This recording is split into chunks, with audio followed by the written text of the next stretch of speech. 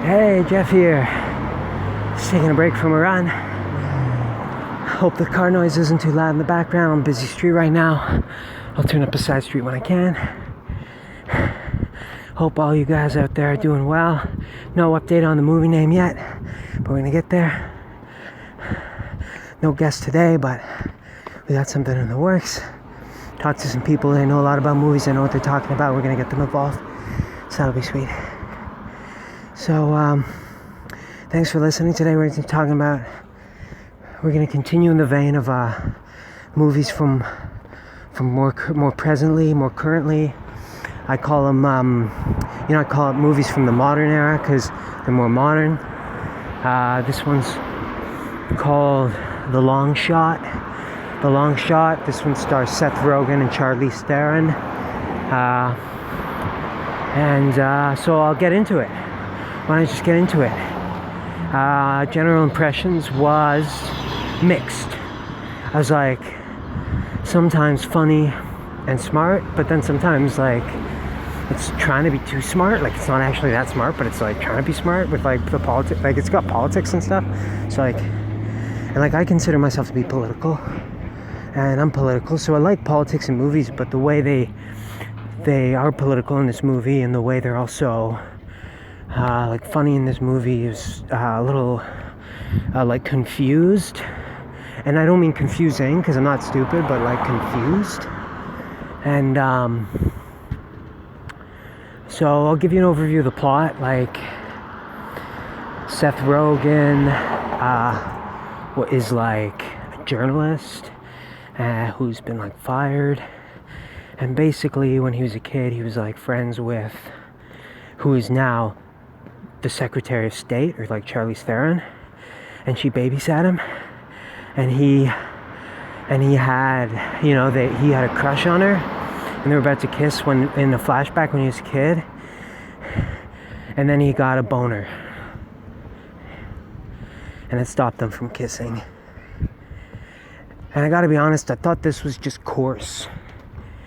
Like I thought this was just wrong, like bordering on like child pornography, but like aside from that it was just like distasteful and came out of nowhere, and it was like this shouldn't be in a movie but with politics in it. Like it wasn't right. And furthermore, on top of that, I thought it was personally like offensive, because I was like, you think I'm that stupid? You think I'm that fucking I'm not a fucking idiot. You think I'm so stupid that you put a boner in, it'll make me laugh, and that's funny? Anyway, the rest of the plot, he becomes Charlize Theron's speechwriter. They fall in love, and then her opponents hack a video of him jerking off on his face and use it to blackmail her. And like, I'm not gonna lie, that was dope.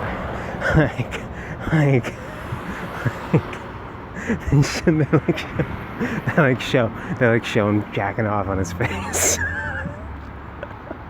And I was like, it wasn't just funny, like it was funny as shit, but it was also like, it made you think. It was like, yeah, like it's okay to jack off. I'm like, yeah, it's okay if you're gay.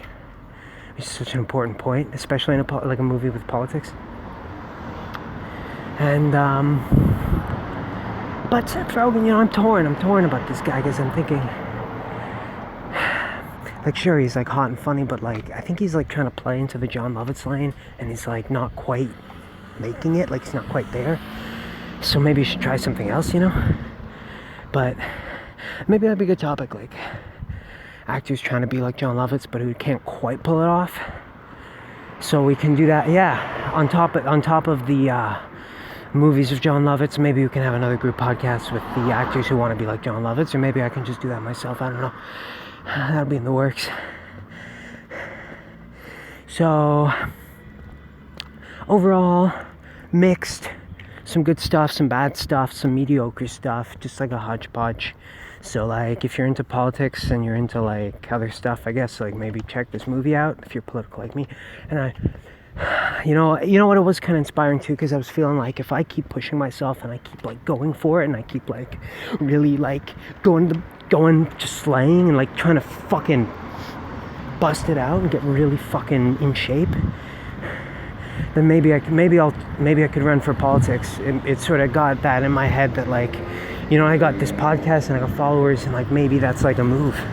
So that was cool, like opened my eyes a little bit, and it's in the modern era, so I think it's worth current reflection, because if we don't have current reflection, then all we'll have is hindsight. People can listen to this as like a document of the past, you know, and like know how like people really thought about these movies as they were happening, like what it meant in the cultural zeitgeist. So anyway, I think that's pretty dope. I'll talk to you later. That's it for today. This is Jeff. More on the title next week. I don't know, we'll come up with something. I thought Netflix and Slay would work, but I haven't got a huge positive response about it, but maybe we'll see. Okay, all right, peace, see you guys, bye.